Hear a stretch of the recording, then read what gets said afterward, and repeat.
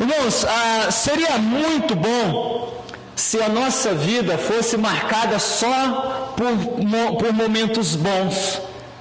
Mas a nossa experiência mostra que ninguém aqui pode dizer assim: olha, minha vida foi boa a vida inteira.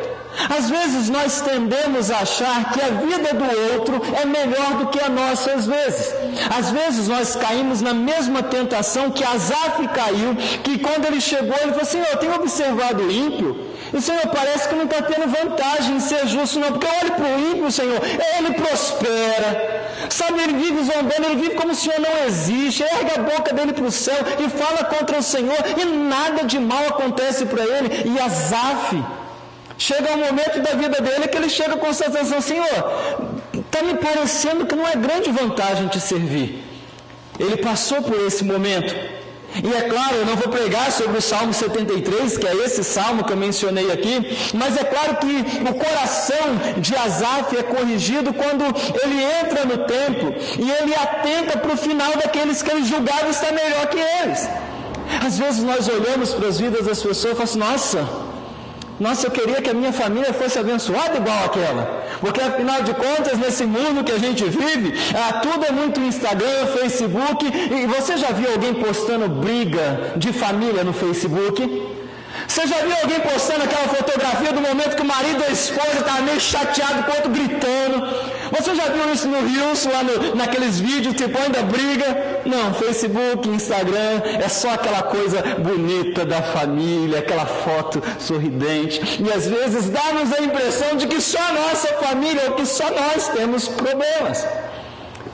E quando nós olhamos para as Escrituras, nós percebemos, e o salmo que nós vamos estudar sobre ele hoje, o salmo de número 142, é um daqueles dois salmos que Davi escreveu quando estava num período de fuga de Saul, que Saul queria matá-lo, e num primeiro momento ele se esconde numa caverna chamada Caverna de Adulão, e lá ele escreve o Salmo 57. E o salmo que nós vamos ler hoje, muito provavelmente já não é mais na caverna de Adulão, é um pouco mais à frente, onde ele está ali na caverna de En-Gedi, na região de En-Gedi, onde tinha uma região muito montanhosa, e tinha bastante cavernas, bastante buracos, fendas nas pedras. Essa região de En-Gedi, até hoje é um polo turístico importantíssimo lá, as pessoas vão, é um oásis, aquilo com cachoeira, com água, um lugar muito bonito, mas cheio de montanhas e de buracos, e são essas cavernas. Então é bem provável que foi num desses buracos que Davi estava escondido, numa dessas cavernas, quando ele pensou aquilo que ele escreve no Salmo 142. Quando nós olhamos para Davi nessa situação que nós vamos mencionar aqui hoje, nem sempre a vida de Davi foi assim. Davi está no momento de transição da sua vida. Quando você rebobina, para os mais antigos a fita, para os mais ou menos o CD, ou os mais moderninhos, vamos só de digital mesmo, né?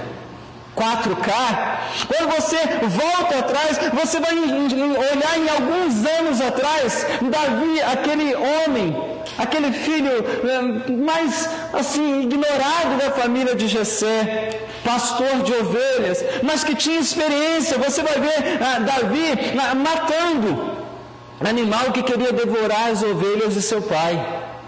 Você vai ver esse homem chegando diante do exército de Saul, que agora o está perseguindo, e todo mundo está com medo, morrendo de medo no arraial, porque tinha um tal de Golias lá, um gigante dos filisteus, de 2,90 metros, 3 metros de altura.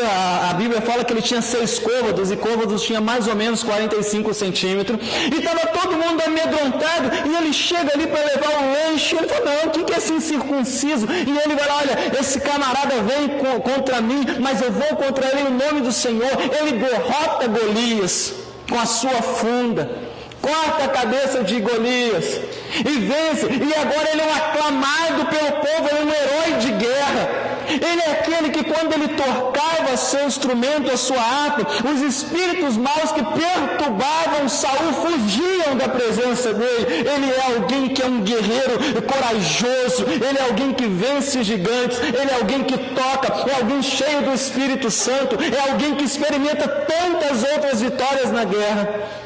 E a vida dele poderia ficar só assim, não? Quem é que não quer uma vida assim de vitórias, de ter popularidade, de ser reconhecido? Mas a Bíblia fala que agora a situação inverte. Saul é tomado de ciúmes. Saul começa a desprezar o Senhor despreza, tira dele o reino e dá ele a Davi. E agora Saul passa a perseguir Davi. O desejo de Saul chega um determinado momento que a Bíblia fala que ele joga uma lança e ele queria cravar, ele queria transpassar Davi com a lança e ficar cravado na parede. Tamanho era o ódio no coração do rei Saul. E Davi agora, esse guerreiro, esse homem que experimentou, esse herói respeitado dentro do povo, agora ele vive uma vida de isolamento, porque num primeiro momento, quando ele foge para a caverna de Adulão, temendo que Saul fizesse mal à sua família, a sua família vai ao encontro dele, e todos os desvalidos, todas aquelas pessoas desprezadas de Israel se juntam a ele. Mas agora o deserto é perigoso e agora ele está com um número reduzido de pessoas, ele está mais sozinho, ele está experimentando uma luta e uma tristeza muito grande na sua vida. E é nesse momento que Davi compõe. Algumas pessoas discutem se ele escreveu esse salmo enquanto estava na caverna ou se ele posteriormente, quando agora depois vai passar tudo isso, ele relembrando os momentos que ele estava na caverna, as orações que ele fez ao Senhor enquanto estava naquela caverna, e ele começa e ele escreve as experiências que ele teve naquela caverna, em que ele experimenta desse momento tão difícil. Na linguagem sapiensal, o Salmo 142, ele é daqueles salmos denominados lamento do indivíduo. E você tem 5 salmos, pelo menos, no saltério, em que falam a respeito disso. São aí o Salmo 17, 86, 90, 102 e esse Salmo 142. Esses 5 salmos que eu citei, eles têm essa introdução, uma oração.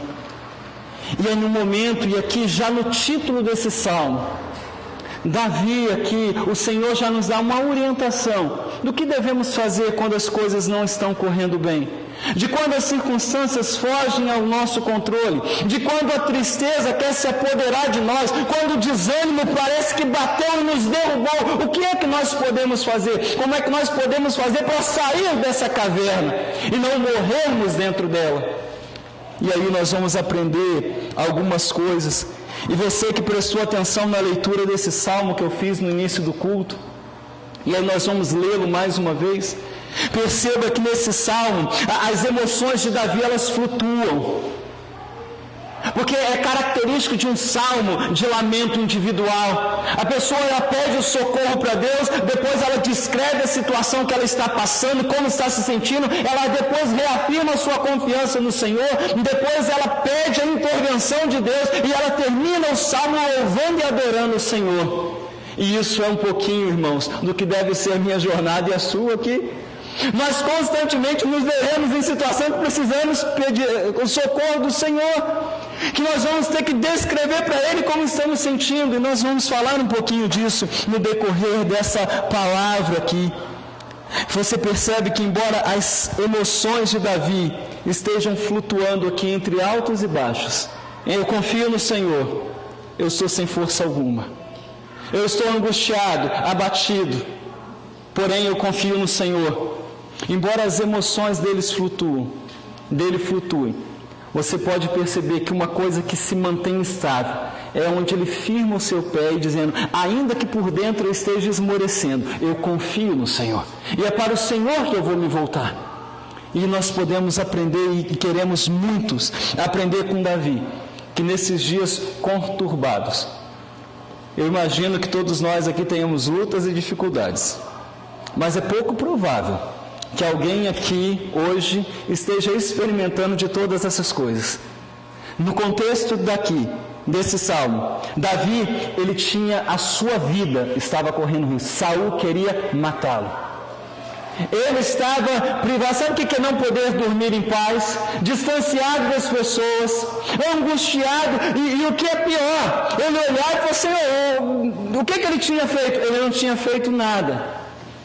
E era uma situação tão difícil que ele vivia. E nós queremos aprender a buscar o mesmo Deus que Davi buscou, para que tenhamos dele também socorro.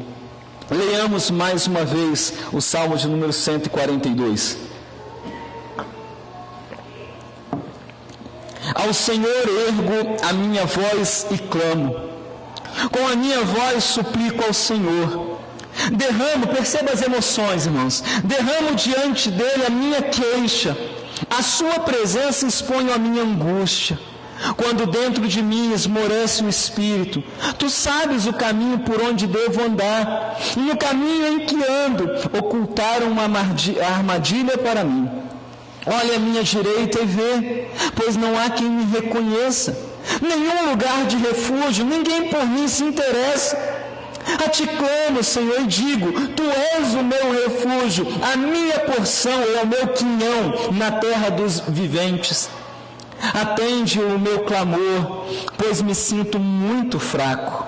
Olha um guerreiro falando: livra-me dos meus perseguidores, porque são mais fortes do que eu. Às vezes a gente quer estar o tempo todo vencendo Golias, mas aqui é o camarada que venceu Golias. E ele diz, continua: tira a minha alma do cárcere, para que eu dê graças ao teu nome. Os justos me rodearão quando me fizeres esse bem. Vamos olhando para algumas coisas desse salmo. E em primeiro lugar, o que é típico nesse salmo, há um lamento, há um pedido de socorro desesperado por parte de Davi. Você percebe que ele está vivendo uma situação difícil e conturbada. E logo no primeiro versículo desse salmo ele diz: o que fazer nisso? Ao Senhor ergo a minha voz e clamo, com a minha voz suplico ao Senhor. Ele se vê num momento de desespero. E aqui esse momento, se você pegar, é 1 Samuel, capítulo 22 ao 26, você vai ver a descrição dessa fase difícil da vida de Davi. E nos capítulos 23 e 24, quando chega nesse contexto aqui, é aquele momento, lembra, em que ele é denunciado, ele é traído, ele é apontado. E agora ele está cercado por Saul com 3.000 homens. Ele está agora acuado dentro de uma caverna.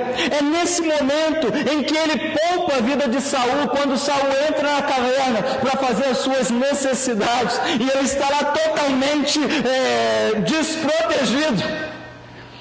E as pessoas que estão ao lado de Davi falam assim: olha, Deus entregou ele na sua mão, é agora. Sabe, se ele tivesse naquela teologia de sabor de mel, né, daquela música infernal, então, se ele tivesse com essa teologia na mente, ele fala assim: é agora. E tinha gente cutucando: Davi, agora, Deus te entregou na sua mão, Samuel já te ungiu, é agora. Ele podia matar facilmente Saul naquele momento. Mas ele vai lá, ele corta um pedacinho só da veste, da capa de Saul, e se recolhe, e mesmo assim o fato dele ter cortado simplesmente um pedaço de tecido, a Bíblia fala que pesou o coração dele em ter feito aquilo.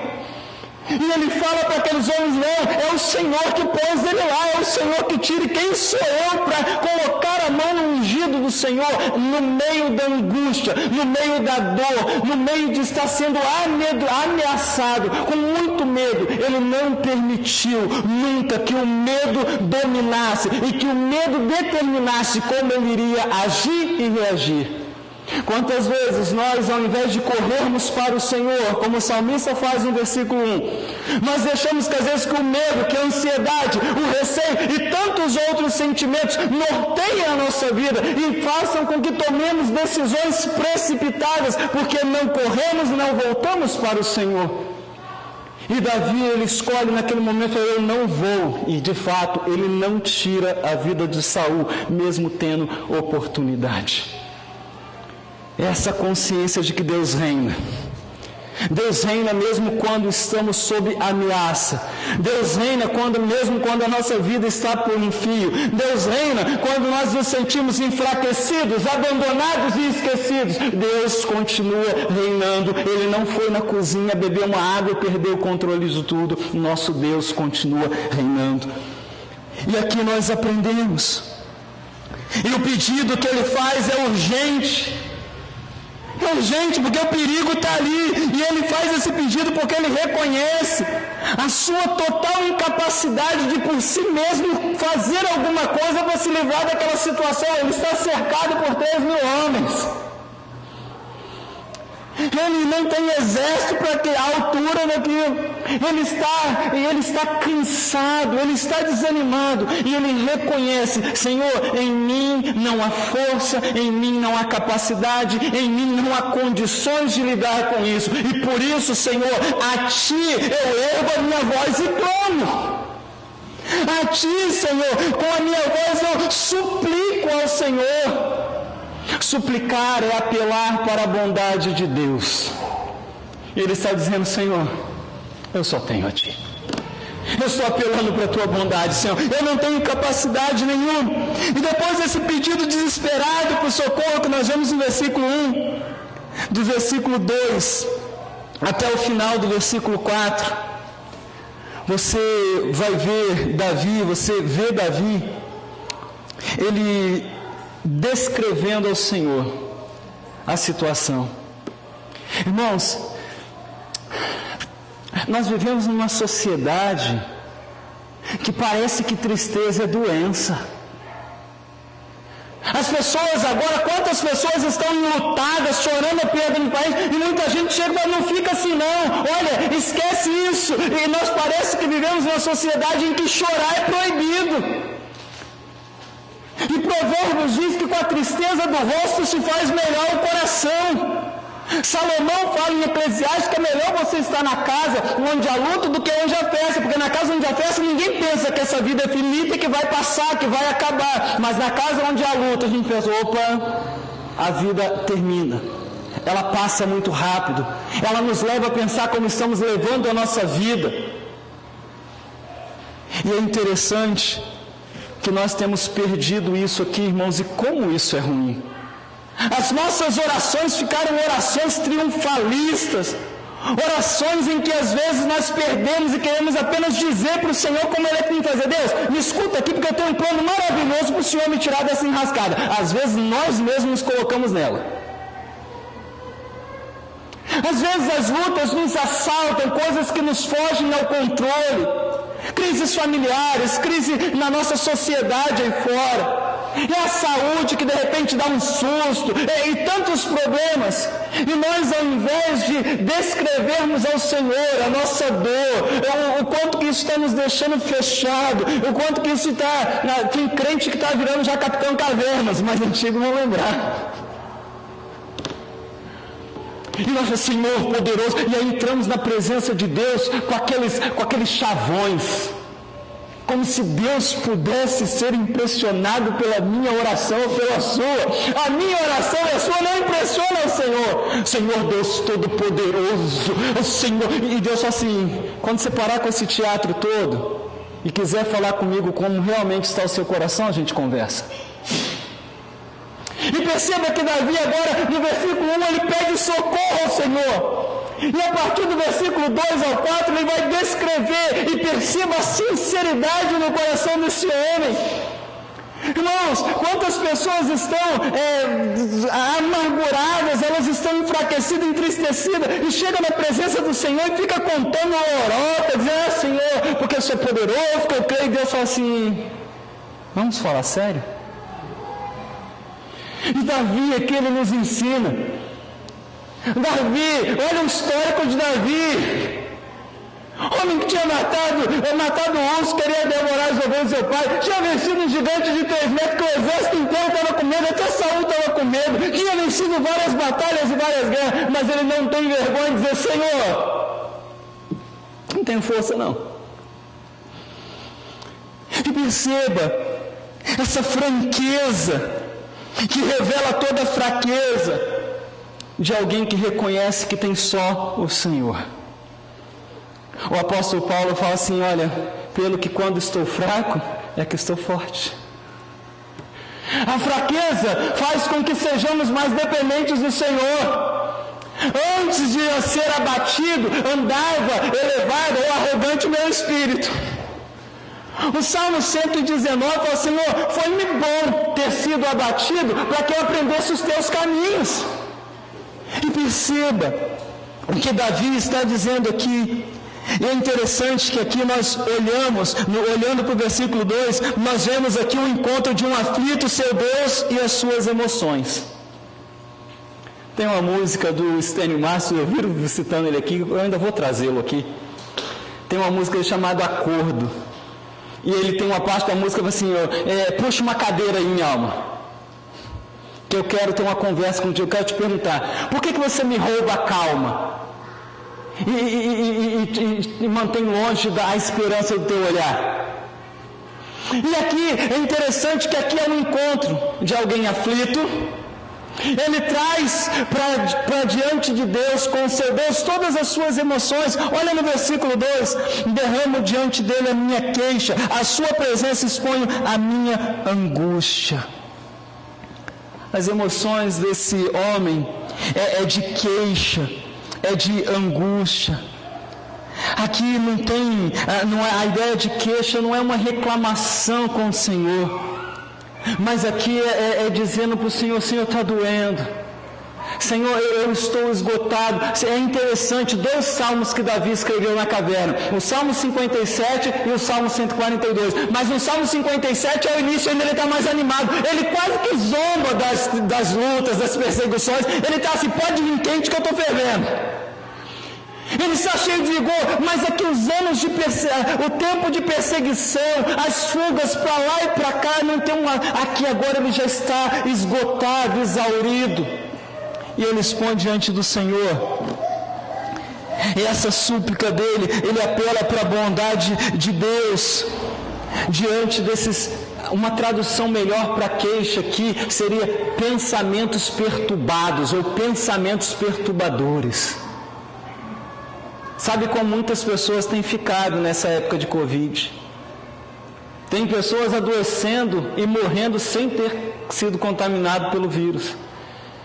Os pensamentos as perturbam o tempo todo. É o tempo todo amedrontado. E algumas pessoas, elas põem o nariz no portão, porque é como se o vírus estivesse esperando na esquina, amedrontadas. E há outras que estão sofrendo, porque, olha, tem parente, e nós não negamos isso, mas esse pavor tem adoecido tantas pessoas.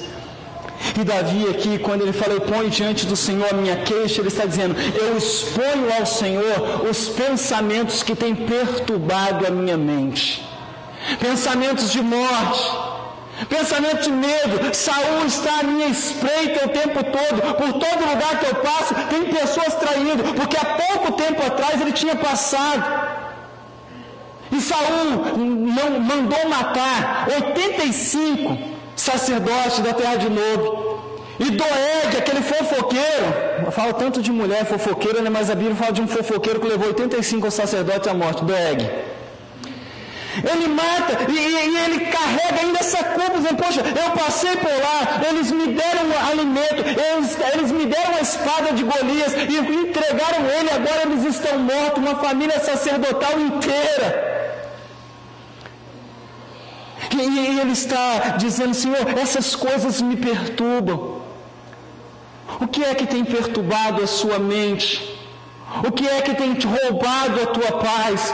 O que tem feito o seu coração a acelerar de preocupação, a respiração ficar ofegante, a dor no peito, a característica de uma ansiedade tomado conta? O que é que tem roubado a tua paz e tirado o teu sono? Aqui nós vemos e aprendemos com Davi que nós devemos clamar o socorro do Senhor e nós devemos gastar tempo em oração, abrindo o nosso coração ao Senhor. Quantas vezes, irmãos? Eu lembro, na minha juventude, alguns meses atrás, Eu tinha 19 anos, já pastoreava uma igreja, e estava passando por uma situação tão difícil na minha vida, que aquele culto, eu só fui para o culto porque eu era o dirigente, que se eu fosse um membro, eu não teria ido naquele culto. Eu fui por obrigação, eu fui porque eu tinha uma responsabilidade, um compromisso. E o outro que eu liguei para ele, quando eu liguei para ele pedindo para me substituir, pastor, o quê? Marcos, por favor, você me falar que eu não vou hoje, está falando, não tem jeito. Foi um dos cultos mais memoráveis da minha vida. Foi um culto onde Deus usou uma criança com muita dificuldade de fala. Eu lembro até hoje da Júlia.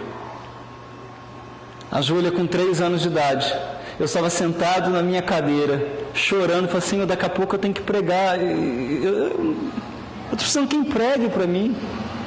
Senhor, eu não tenho a menor condições de falar ao teu povo. E eu estava assim, Senhor, eu acho que eu vou subir lá e vou falar assim, irmãos, eu não tenho condição de pregar, hoje vamos orar e vamos embora. Ou tem alguém que queira pregar para mim aqui, eu vou me sentar. E a Júlia sai do lugar dela, chega no meu banco onde eu estava de cabeça baixa chorando. A Júlia me dá um beijo no rosto e diz assim, Marco, irmão Marco, eu, com toda a dificuldade, fala, eu te amo e Deus também te ama muito. Naquele momento Deus me tirou da caverna. Sabe, mas nós temos que aprender isso, nós temos perdido isso. Qual foi a última vez que você chegou diante de Deus e você revelou a Ele as suas fraquezas? Dizer, Senhor, eu estou aqui, mas Senhor, o Senhor sabe, nem vontade de orar eu estou tendo, Senhor, e eu estou orando aqui, eu nem sei se o Senhor está ouvindo. Mas Senhor, eu estou aqui orando, eu estou falando com o Senhor. Mas Senhor, o Senhor sabe como é que está a minha vida? Senhor, eu vou te pedir, Senhor, algo, mas eu não tenho fé, Senhor. A verdade é, gente, não vai ser se você tem fé ou não que vai determinar se Deus vai fazer ou não o milagre. Ele é Deus. Ninguém manda nele, nem a nossa fé. De chegar para o Senhor, eu vou te pedir, mas eu não tenho nem fé que o Senhor vai me ouvir. Senhor, minha alma está triste. Nesse ponto aqui, Senhor, a impressão que eu tenho é que o Senhor esqueceu de mim, que o Senhor deu as costas. Eu não estou bem com isso, eu não entendo o seu caminho. E, Senhor, eu queria até poder dizer que eu aceito, Senhor, mas eu não aceitei isso ainda, Senhor. Sabe? E de chegar com toda a franqueza diante do Senhor. E nós temos perdido isso com o cristianismo, que não é cristianismo triunfalista, Senhor, porque eu creio, porque eu determino. Não determina coisa nenhuma. E nem sempre a gente crê. Quantas orações que eu já fiz ainda faço a Deus, mas eu falo para o Senhor, o Senhor sabe que eu estou fazendo, eu estou orando, porque eu sei que o Senhor tem poder, Senhor, mas eu não sei se o Senhor vai fazer isso na minha vida. E o salmista, ele está sendo sincero, ele não está informando, não é que Deus não sabia do que ele estava passando. O Senhor sabe de coisas do meu coração e do seu, que às vezes nem nós temos consciência dela, e está ali, mas Deus sabe. Deus sabe do que se passa, como diz a música antiga, Deus sabe, Deus ouve, Deus vê. Sabe, Ele sabe de todas essas coisas e percebe. Então não é que Davi está dizendo, Senhor, deixa eu te contar porque eu acho que o Senhor está distraído. Não, Davi sabia que o Senhor tinha plena consciência dos problemas dele. Mas quando Davi ora e derrama sua alma diante de Deus, porque ele diz, tu sabes, versículo 3, tu sabes o caminho por onde devo andar. Ele fala assim, quando dentro de mim se esmorece o meu espírito, ou seja, o homem interior não tem força, já jogou a toalha, tu sabes, Senhor, tu sabes o caminho que eu devo andar. E ele fala, porque Senhor, os caminhos que eu tenho andado só tem armadilha, para todo canto que eu vou tem uma armadilha, as pessoas estão a respeito, mas Senhor, tu sabes o caminho que eu devo andar. Alguns chegam a pensar, a conjecturar, de que até mesmo quando Saul deu a sua filha para casar com Davi, ali Saul já estava armando para Davi, e talvez ele estivesse mencionando isso. Mical. Mas ele não está informando a Deus. Ele sabe que Deus sabe das coisas. Mas ele está informando a sua própria alma, dizendo assim: falei com Deus. Eu abri o meu coração para Ele. Eu contei tudo para Ele. Eu falei até que eu não estou crendo. Eu falei que eu estou até pensando em abandonar. Eu falei para Ele tudo que está aqui. Porque não há nada que eu e você, no abrir do nosso coração para Deus, vai fazer com que Deus te passe a te amar mais ou menos. Deus te ama, Deus me ama porque Ele decidiu nos amar. Não é porque você mereça ser amado, mas Ele decidiu nos amar. E nada vai mudar isso. Precisamos crer nisso, irmãos. E Davi, ele expressa isso. Perceba que nós vemos um homem sem energia alguma, quando dentro de mim se esmorece o espírito. Ele está sem energia, ele está sem força, ele está confuso, cercado de armadilha e o que é pior, solitário. Porque quando você olha no versículo 4, olha à minha direita e vê, e aqui é assim, eu deveria ter pessoas ao meu lado me apoiando. Fala assim, olha aqui à minha direita, vê se tem alguém. Senhor, eu estou enfraquecido por dentro, eu estou confuso,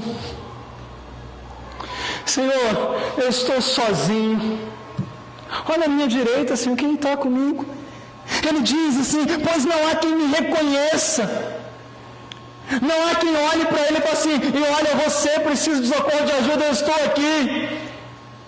Ele fala assim, eu estou assim. Mas Deus tem dessas coisas, irmãos. Deus muitas vezes Ele faz isso na nossa vida. Quando Ele fala lá em Deuteronômio capítulo 8, Deus se vira para o povo de Israel e fala assim, eu fiz vocês entrarem no deserto, eu fiz vocês passarem fome, para ver se vocês confiariam em mim ou não, para vocês aprenderem que nem só de pão viverá o homem, mas de toda palavra que procede da boca de Deus. E Davi, ele está totalmente cercado de armadilha, confuso, solitário. E aqui, de novo, voltando ao versículo 3. O fato de sabermos que Deus conhece o nosso caminho deveria nos tranquilizar. Essa ideia de que conhece, assim, Deus sabe. Deus sabe de todo o caminho que você trilhou até aqui. Deus sabe de todo o caminho que você vai trilhar até o último dia da sua vida. E isso deveria nos consolar e dizer assim, meu Pai sabe dos meus caminhos, meu Pai sabe das minhas lutas, meu Pai sabe dos meus medos, meu Pai sabe o quanto que eu estou enclausurado pelo medo, pela angústia, pela frustração, pela mágoa. Deus sabe que raios de caverna os seus filhos às vezes se metem. Deus sabe. Mas ele não só descreve a Deus aquilo que ele está sentindo, a sua situação, mas ele reafirma a sua confiança em Deus, versículo 5. Perceba, irmãos, olha o contraste, irmãos, e tudo aqui não é acaso.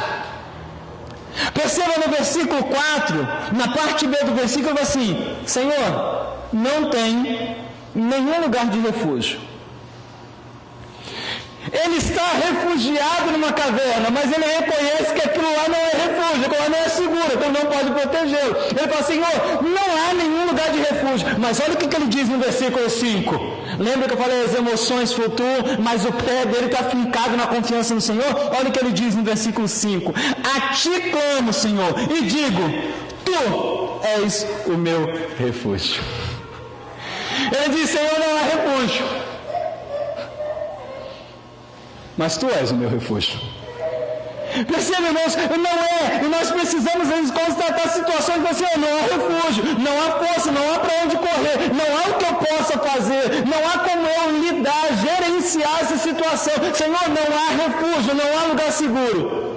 E antes de você se abater e se afundar, dobra o seu jeito, Senhor, mas tu és o meu refúgio. Tu és o meu lugar seguro. A ideia de refúgio é isso, lugar seguro, onde eu estou protegido. Há um lugar como foi cantado na música da Heloísa Rosa. É esse lugar onde eu estou protegido. E Paulo no Novo Testamento vai dizer para nós não temermos, porque a nossa vida está escondida com Cristo em Deus, e o maligno não lhe toca. Deus é o nosso refúgio. Ele reconhece que tudo que ele podia fazer não é o suficiente, mas ele fala: Senhor, tu és o meu refúgio. E aí ele diz mais: a minha porção na terra dos viventes, ou em algumas versões, o meu quinhão. E aqui a ideia de porção era a herança, aquilo que cabia a alguém. E ele fala: Senhor, tu és a minha porção. Tu és o que eu mais desejo. Ele ao afirmar isso, ele diz: Senhor, o Senhor está vendo como é que eu estou, mas eu desejo mais o Senhor do que sair dessa situação. Quantas vezes, irmãos, nós queremos mais a bênção do que o dono da bênção. Nós almejamos muito mais a solução dos nossos problemas do que nos relacionarmos com Deus, que tem cuidado de nós. E ele está dizendo: Senhor, tu és a minha porção. Tu és, Senhor, aquele que cuida de mim. Ele fala: Senhor, eu desejo o Senhor mais do que as benesses da realeza, porque ele sabia que ele seria o rei. O filho do rei já tinha dito para ele a minha alma está aliançada contigo, tu vais ser o sucessor no trono, e eu vou ser o segundo depois de você. O próprio filho de Saul, Jônatas, sabia que Deus havia escolhido, ele sabia disso, mas mesmo assim ele dizia: Senhor, tu és a minha herança, tu és o mais importante. E depois dele reafirmar sua confiança em Deus, ele clama agora pela intervenção divina. Ele pede para o Senhor agora. Versículo 6, ele fala: atende ao meu clamor, pois me sinto muito fraco. Livra-me dos meus perseguidores, porque são mais fortes do que eu. A justificativa de Davi para pedir a intervenção de Deus é dizer assim: Senhor, estou no meu limite. Senhor, eu lutei aqui, mas eu não dou conta mais. Senhor, eu tenho reafirmado nas minhas orações contigo a minha confiança, mas Senhor, essa confiança está esmurecendo. Senhor, eu tenho tentado, mas Senhor, olha, estou no limite. Ele reconhece que está no seu limite, ele está sem força. Ele admite que está muito fraco. E esse muito fraco vai resumir muito bem os versículos 3 e 4. Ele fala: Senhor, percebe, irmãos, não tem triunfalismo aqui. Ele diz: Senhor, os meus inimigos são mais fortes do que eu.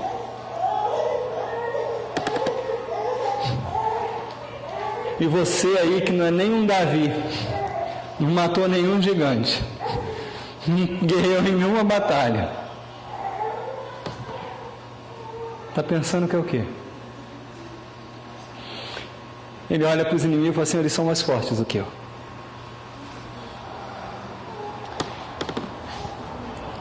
Não é que aqueles inimigos eram de fato mais fortes que Davi, mas ele de fato está enfraquecido, exaurido, esgotado.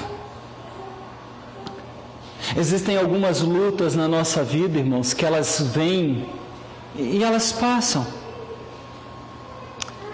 Existem outras que demoram mais e passam.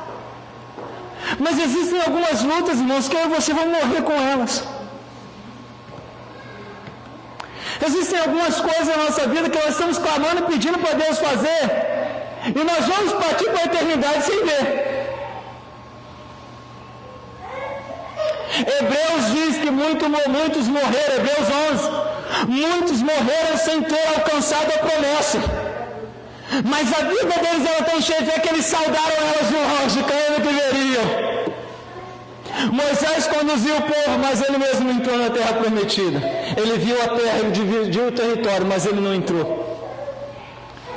Então, irmãos, a nossa vida é assim. Mas sabe o que consola? é que assim, numa linguagem um tanto quanto filosófica, às vezes nós focamos tanto no destino, o lugar onde queremos chegar, seja uma bênção, uma conquista, ou algum estado emocional, que nós perdemos a viagem. Deus não está conosco só quando a bênção é alcançada e concretiza. Deus está conosco em todo o percurso. E se eu parar para ouvi-lo, Ele vai convidar, sabe? Já viajei muito, mas quem está dirigindo nunca aprecia a viagem como a pessoa que está do lado. Às vezes eu passo na estrada, eu lembro que da última vez que nós fomos a Santos para eu tomar medicação, mais para frente ali tem um campo de girassol. Acho que é logo depois de Uberaba ali, ou chegando em Uberaba. E aí, na penúltima vez, aí eu passei e falei assim, nossa amor, mas olha que coisa linda. Você olhou e falou assim, nossa amor, você nunca tinha visto? Eu falei, não. Porque eu estava concentrado na estrada. Ela estava de carona. Às vezes nós precisamos falar, Senhor, perdoe-me por ter assumido a direção. Assume a direção, Senhor. Eu vou sentar no carona. Leva, Senhor. E aí o Senhor vai dizer assim, filho, sabe aquela situação? Então, você queria que eu fizesse assim, assim, lembra? Eu lembro. Mas você lembra que eu não te ouvi? E o que eu fiz? Senhor, a sua solução foi bem melhor. E o Senhor começa a nos convidar a dizer assim, tá vendo? Eu estava lá. Você achou que eu não estava. Você achou que eu não estava, mas eu estava lá. Fazendo muito melhor do que você podia imaginar. Para caminharmos para o final, ele clama pela intervenção divina, e a justificativa de ele dar é, Senhor, eu estou no meu limite. E ele reafirma a certeza que ele tem pela fé de que a sua oração foi ouvida.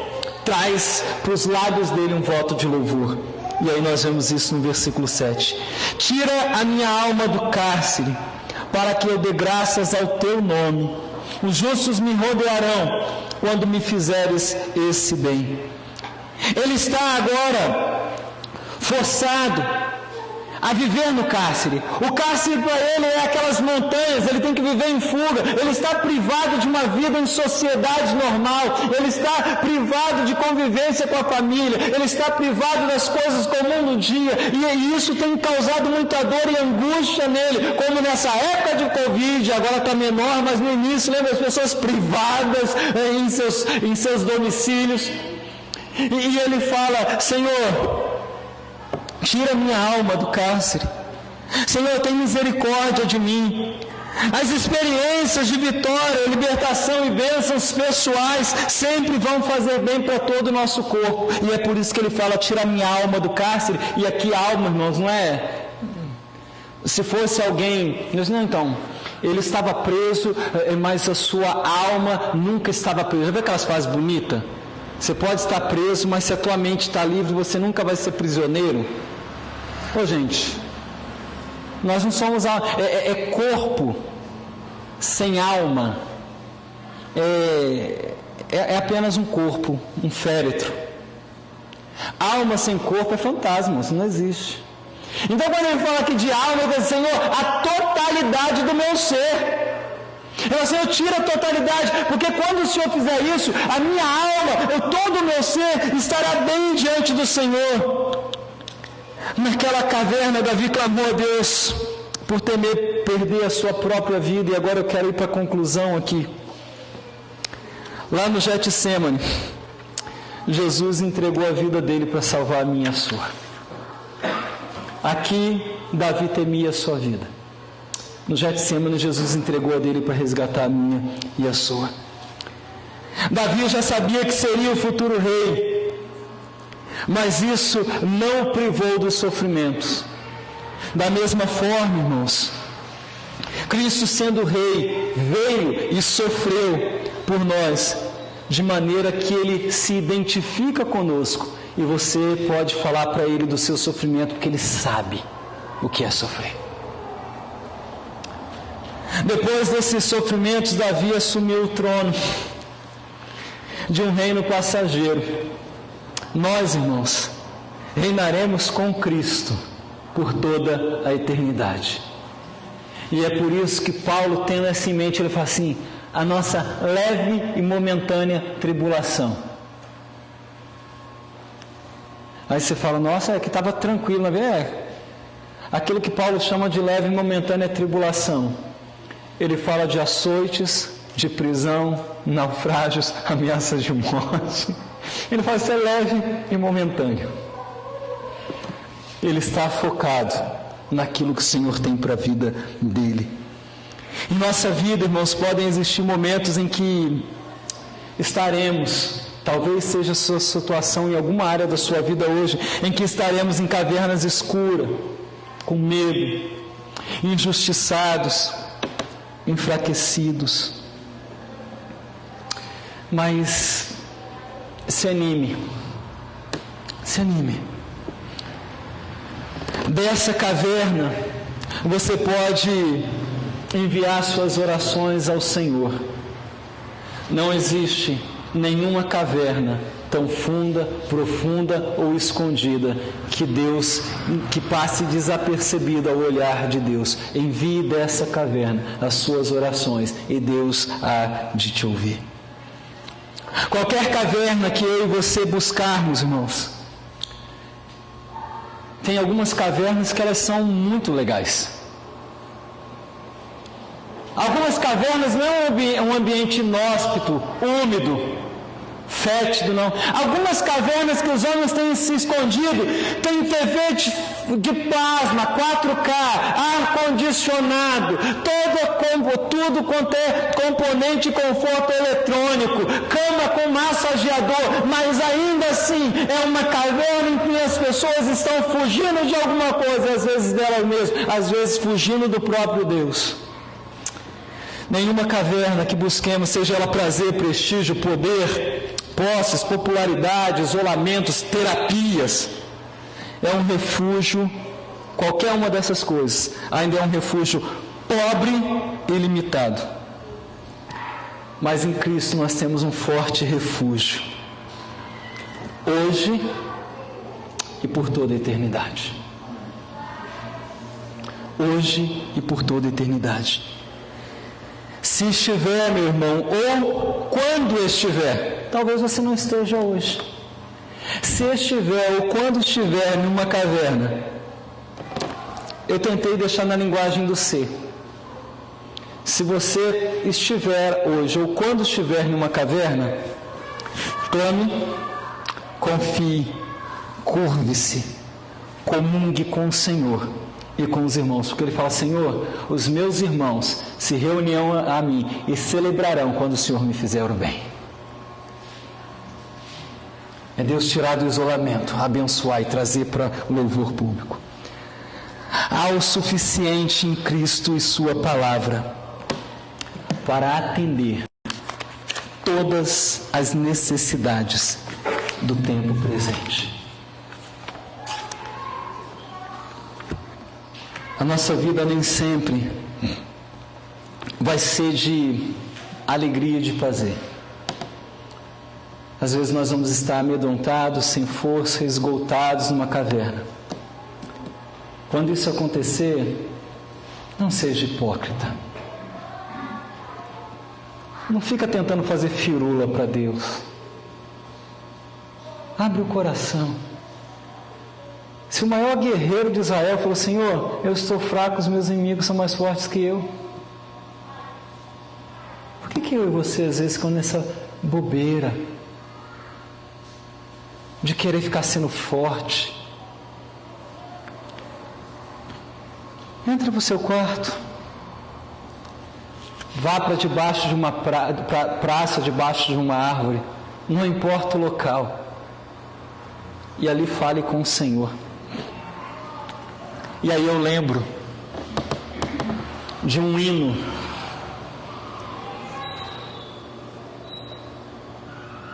que nos encoraja a isso. Eu vou me arriscar e vou cantar só um pedacinho dele. Curva a sua cabeça e pense nisso. Preciosas são as horas na presença